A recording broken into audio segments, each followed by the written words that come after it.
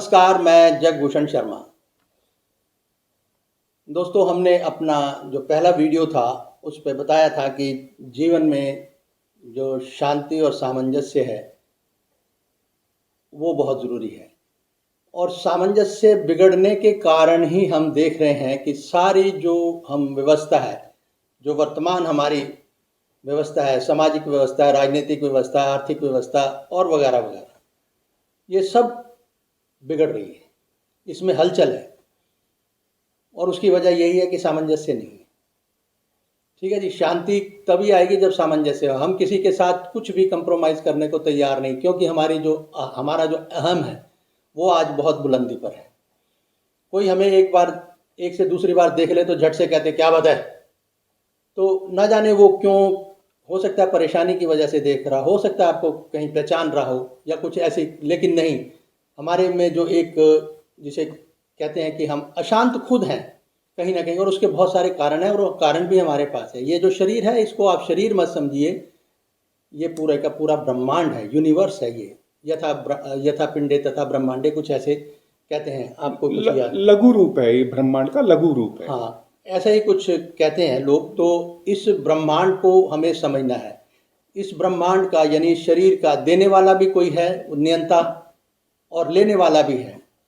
इस शरीर के जो साधन है हमारे, इसके अंदर जो चेतना है, ये आज किस दिशा में जा रही है और ये कैसे काम करती है। मन और बुद्धि का बहुत हम जिक्र करते हैं। क्या हमें मालूम है कि मन क्या करता है? मन का जो काम है वो क्या है? और बुद्धि जो आप, उसका तो हमें प्रत्यक्ष नजर आ रहा है कि हमारा जो विजडम है, जो बहुत बौद्धिक है, वो आज विनाश की तरफ ज्यादा है और विकास की तरफ कम है। ऐसे कुछ बिंदु हैं विशेष जो अध्यात्म के लिए बहुत ज़रूरी हैं। अध्यात्म के बिना हमारी गति नहीं है, चाहे लोग इसे नज़रअंदाज करें, बाबाओं के पास जाके उनके चरणों में बैठे रहें, लेकिन बहुत मुमकिन है वो ईश्वर को सभी मानते हैं, लेकिन कितने लोग हैं जो ईश्वर को जानते हैं, परमात्मा को जानते हैं, उस शक्ति को जानते हैं जिसे खुदा कहते हैं, जिसे भगवान, जो भी कहते हो, जो जैसा भी नाम से कोई वो नहीं है। एक केंद्र है हमारा, और एक केंद्र के बाद जब हम, एक बिंदु होता है, केंद्र बनता है बिंदु से, और उसके बाद एक परिधि भी होती है। हम परिधि पे खड़े हैं। ठीक है जी। इसको, इससे आगे जो मन की जो हमारी स्थितियां हैं, बुद्धि की जो स्थिति है, विजडम क्या है, मन क्या है, हृदय क्षेत्र क्या है, ये बहुत सारी चीज़ें हैं जो हमारे अंदर ही हैं। जो भी हलचल है अंदर है, और जो शांति है वो भी अंदर ही है। तो इसे आज हम समझेंगे। तो अंबिका शर्मा जी आज फिर हमारे साथ हैं। तो अंबिका शर्मा जी, आप किस तरह से समझाएंगे कि अगर हम मन को समझना चाहें, क्योंकि ये मन का ही जो एक कहते हैं चंचल होना, एक भजन भी आपने सुना होगा, मन रे तू काहे न धीर धरे। तो मन कैसे धीर धरे जी? हम जो है पहले मन को समझ लेते हैं। यदि हमने मन को समझ लिया तो पूरा विज्ञान को हमें समझने में आसान हो जाएगा जी।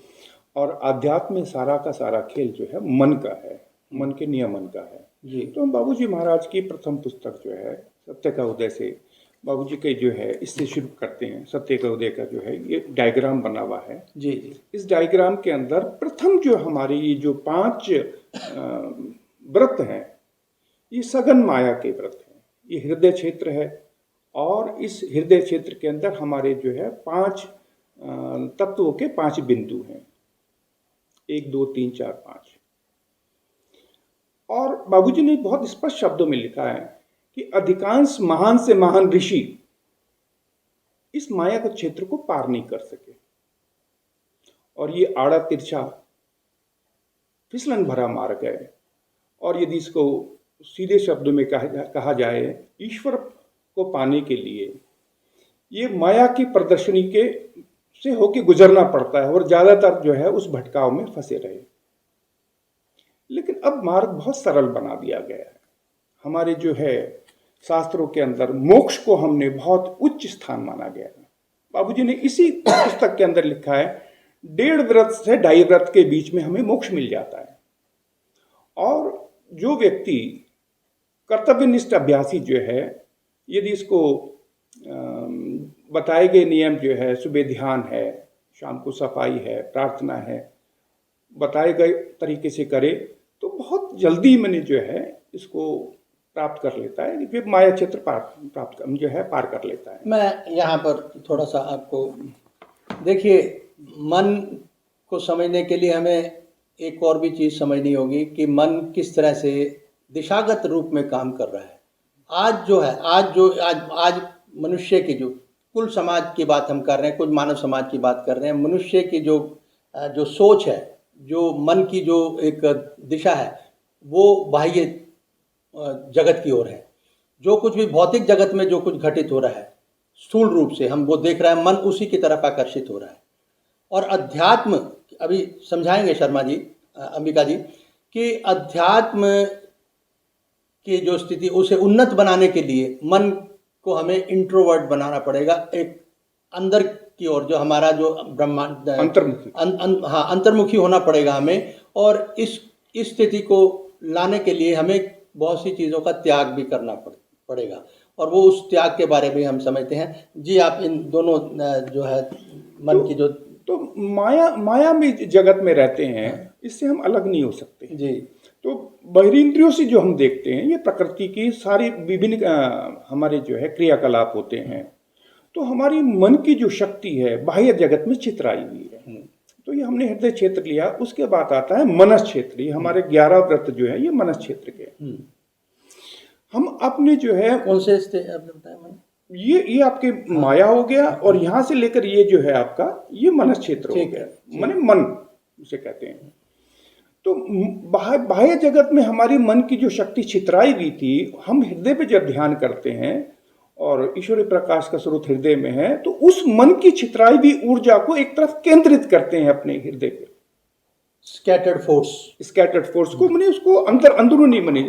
एक्चुअली योग और अध्यात्म जो है हमारी आंतरिक जगत की यात्रा है, जिसे हम अतीन्द्रियों से महसूस करते हैं। बहिरेंद्रियों से बाह्य जगत को हम महसूस करते हैं, और अतीन्द्रियों से जो है हम ट्रेवल करते हैं इन इनर जर्नी, जिसे हम योग अध्यात्म कहते हैं। तो सेकंड आपका जो पार्ट हो गया मनस क्षेत्र। मनस क्षेत्र सीधी आपकी चढ़ाई वही, ये तो आपका जो है आगे चक्र से लेकर हमने बताया था आपको जो है सहस्त्रदल कमल तक, ये आपका मनस क्षेत्र हो गया। उसके बाद आता है आपका आत्मिक क्षेत्र। फिर जो है सहस्त्रदल कमल से फिर हमने 13 बताया था आपको जो है ग्रंथि तक जो है, ये आपका आत्मिक क्षेत्र हो गया। और उसके बाद हमारा केंद्र है। हमारे गुरुदेव ने ईश्वर शब्द का प्रयोग कम किया, बल्कि केंद्र लिखा। यदि आप इसके केंद्र से देखेंगे तो सारी इस परिधियों के इर्द गिर्द हर चीज घूम रही है। माने हर चीज का केंद्र बिंदु जो है, इस पूरे ब्रह्मांड का केंद्र बिंदु, वो जिसे हमने ईश्वर कहें या परब्रह्म कहें या खुदा कहें, जो भी नाम दे, उसका वो केंद्र वही है, उसकी आधारशिला वही है। हाँ, यहाँ पर एक और महत्वपूर्ण बात है कि जितने भी हमारे संत हुए, ऋषि हुए, योगी हुए, किसी ने ईश्वर को देखा नहीं, एहसास किया है, और उनका उसकी शक्तियों का जो है वर्णन किया है। नाम हम किसी रूप में भी जाने, कितने भी नाम ले लें, और उसका जो रूप है, स्वरूप है, कोई भी बना ले, वो अपनी एक कल्पना के आधार पर है। लेकिन जो ये अभी जो आपने बात कही है कि केंद्रीय शक्ति कहीं ना कहीं जो है वो एक ही है। तो पूरे यूनिवर्स की जो है हमारा जो हमने केंद्र का, हर चीज उसकी परिधि के इर्द गिर्द घूम रही है। अब हम मन को ले लें कि मन की उत्पत्ति का जो है बाबूजी का एक दूसरा उदाहरण लेते हैं, फिर हम दोबारा मन पे आएंगे। बाबूजी ने बहुत स्पष्ट शब्दों में इसमें लिखा है इसमें। ये है आपका सेकंड वॉल्यूम, जो पहले जो है आपका ऋतुवाणी के नाम से फेमस थी और अब रामचंद्र की संपूर्ण कृतिया के नाम से है। इसमें जो है चैप्टर है हमारी असली प्रकृति। बाबूजी लिखते हैं, प्रसुप्त ईश्वर इच्छा द्वारा क्रियाशील होकर आदि क्षोभ अस्तित्व का कारण बन गया। उस क्षोभ ने प्रच्छन्न शक्तियों को गतिमान कर दिया और सृष्टि का तथा जीवन का विधान आरंभ हो गया। वही मूल शक्ति क्षोभ या प्रेरक शक्ति के रूप में प्रकट होकर मुख्य कार्यशील शक्ति के रूप में प्रत्येक प्राणी में उतरी। मनुष्य में इस शक्ति को मन कहा गया। इसके मूल में वही प्रसुप्त इच्छा है जो उस क्षोभ में थी। इसलिए मानव मन मूल शक्ति अथवा आदि क्षोभ के, जिसका वह अंश है, बहुत समरूप है, दोनों के कार्य समान है। अब हमें समझना ये जरूरी है कि हम ये जो हमारा पूरे यूनिवर्स ये सृष्टि का प्रादुर्भाव हमारा जो पूरे सृष्टि का जो है केंद्र ये है, हर चीज की परिधि में घूम रही है। इस तरह से हमारा जो है ये पूरा बॉडी जो है इसका केंद्र बिंदु हमारा नाभिक बिंदु है जी। जिस प्रकार से इस सृष्टि रचना हुई उस आदि छोप जो बाबूजी महाराज कह रहे हैं कि दोनों के कार्य समान है, तो उसको हम आदि छोप की ऊर्जा समझ लें। शक्ति शब्द में लगता है कि थोड़ा सा दूसरा ऊर्जा समझिए उसको, एनर्जी। वो ऊर्जा है जिस पूरा सृष्टि को जो है चला रही है। और हमारे जो मन को जो है, हमारा मन का जो है, हमारा जो शरीर का केंद्र है वो हमारा नाभिक बिंदु है। और इसका जो है मन, सारी गतिविधियों का कारण हमारा है मन। और इस शक्ति को, मन की शक्ति को, और वो पूरे ब्रह्मांड को चलाने वाली आदि छोप की शक्ति का मिलन को हमने योग कहा गया है, योग अध्यात्म। तो हम जो फिजिकल एक्सरसाइज करते हैं जिसको हम लोग कहते हैं कि योग है, वो योग नहीं है। उन दोनों शक्तियों का जो पूरे यूनिवर्स को कंट्रोल कर रही है और आपके जो है पूरे इस शरीर को कंट्रोल कर रही है, वो जो है उस दोनों शक्ति का मिलन जो है। अब हम ये कार्यविधि कैसे होती है? हमारा जो है, जो हमारी आत्मा है वो परम है, हमारा मन जो है वो ऊर्जा है, और हमारा जो है शरीर जो है ये पदार्थ है, मैटर जिसे हम कहते हैं अंग्रेजी में। तो हमारी मन को गति जो है वो अधोगति हो रखी है, जो हमने पहले शुरू में कहा था अर्थ और काम के अंदर। तो नाभिक बिंदु से जो हमारी मन की गति अधोगति होती है। नाभिक बिंदु को थोड़ा स्पष्ट करें, इसको हम कहाँ कहाँ स्थित है, ये थोड़ा सा समझ। जो हमारा हृदय में जो डुग होता है ना, जो हमारा जो है हार्ट करता है, वो हमारा जो है नाभिक बिंदु है। ओके। और वही हमारा जो दिल की धड़कन जो है, और वही हमारा पृथ्वी तत्व पहला हमारा जो है पॉइंट है। तो ये इसके ऊपर वाला पार्ट, इसको आप पुरुष समझिए, माने यहाँ नर नारी की बात नहीं हो रही है। और नीचे वाला पार्ट प्रकृति है, दो विपरीत गुणधर्म के ध्रुव को इससे बना हुआ हमारा शरीर है। और इसके बीच में हमारी जो मन है, मन जिसे आपने पृथ्वी पे आपने देखा गेंद को किसी ऊपर फेंकिए, वो नीचे गिर जाती है, हमसे कहते हैं गुरुत्वाकर्षण शक्ति। और आपने देखा हुआ अंतरिक्षयान में जो है हमारा जो है रॉकेट जाता है या फिर जो है उपग्रह जाते हैं, तो एक मानी परिधि के बाद उसके अंदर गुरुत्वाकर्षण शक्ति खत्म हो जाती है और वहां पर जो है वो तैरने लग जाता है। दोनों शक्ति, तो ये दो शक्तियां हैं, एक गुरुत्वाकर्षण शक्ति जो खींच रही है और एक है प्रत्याबलन। तो दो ध्रुव को जो है बांध रखा है हमारे मन की वो शक्ति, उस ऊर्जा ने। तो वो दोनों का अस्तित्व बना हुआ है। अब असली खेल यहाँ पर योग का जो है, जो ज़्यादातर लोगों को बताया नहीं गया हमारे ऋषियों में, हमारे शास्त्रों के अंदर भी। अभी तक तो हमारे शास्त्रों में ये बताया गया शक्ति जो है चक्रों को जागृत करना है, शक्ति हासिल करनी है। लेकिन बाबूजी महाराज ने बहुत ही एक अचूक खोज करी कि हमारी शक्ति जो अधोगति जो हुई अर्थ और काम के अंदर, तो हमारा जो है काम को हम लेंगे हमारा शूद्र कर्म, हमारी साफ सफाई है, और हमारा जो है यहाँ एक जो शब्द है शूद्र, इसकी महत्ता को, इसके इम्पोर्टेंस को आप पहचानने की कोशिश। शूद्र शब्द जो है वो ऑर्डिनरी और बहुत ही जिसे कहते हैं ना साधारण काम को, इसके लिए कोट किया गया था राइट फ्रॉम बिगिनिंग।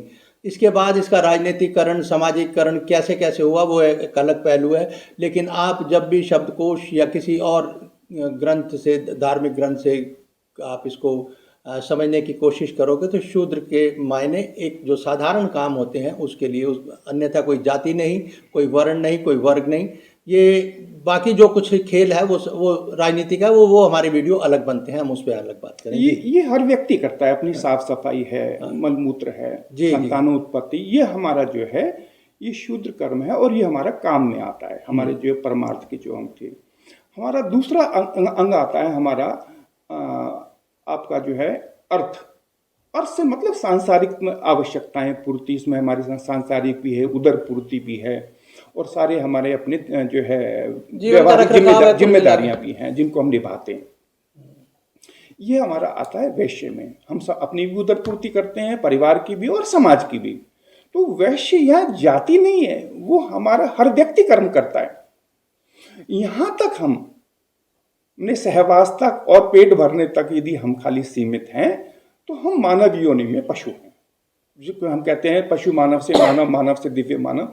तो ये हमारे जो है मन की अधोगति तक है या नीचे गति जा रही है, तो ये दो कर्म करते हैं और तब तक हम जो है मानव योनि में जो है पशु हैं बने। वो जो पशु भी कर रहे हैं, हम भी कर रहे हैं। अब ये मन की गति जब ऊर्ध लेके आए, उसके बाद जो है हमने इसको उसको आगे फिर हम और विस्तार से समझाएंगे। ठीक, आगे हम और विस्तार से समझाएंगे इस वीडियो के।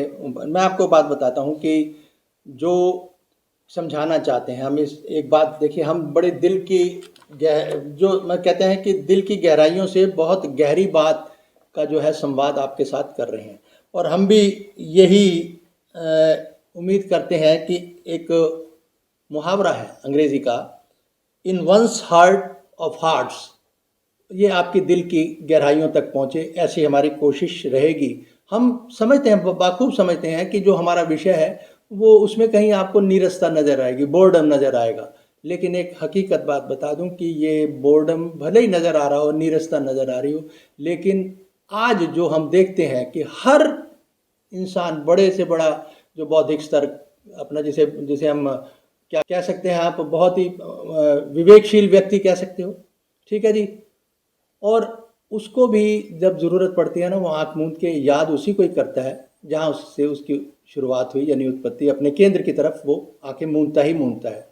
तो ये हमारा विषय है कि हम अपने केंद्र की ओर जरा देखेंगे, और ये कितना मुश्किल कितना आसान है आपको आगे हम बताते रहे, मतलब हमारी जो ये चर्चा जारी रहेगी। और हमारा जो एक ख़ास सूचना भी आपके साथ साझा करना चाहते हैं कि पहले जो हमने 5, 7, 8 जो भी वीडियो बनाए हैं इस अध्यात्म से संबंधित, वो जिस भी गिनती में आए, लेकिन 01 से हम जहाँ से मन का आज शुरू कर रहे हैं, ये हमारा जो वीडियो है वो 01 का है।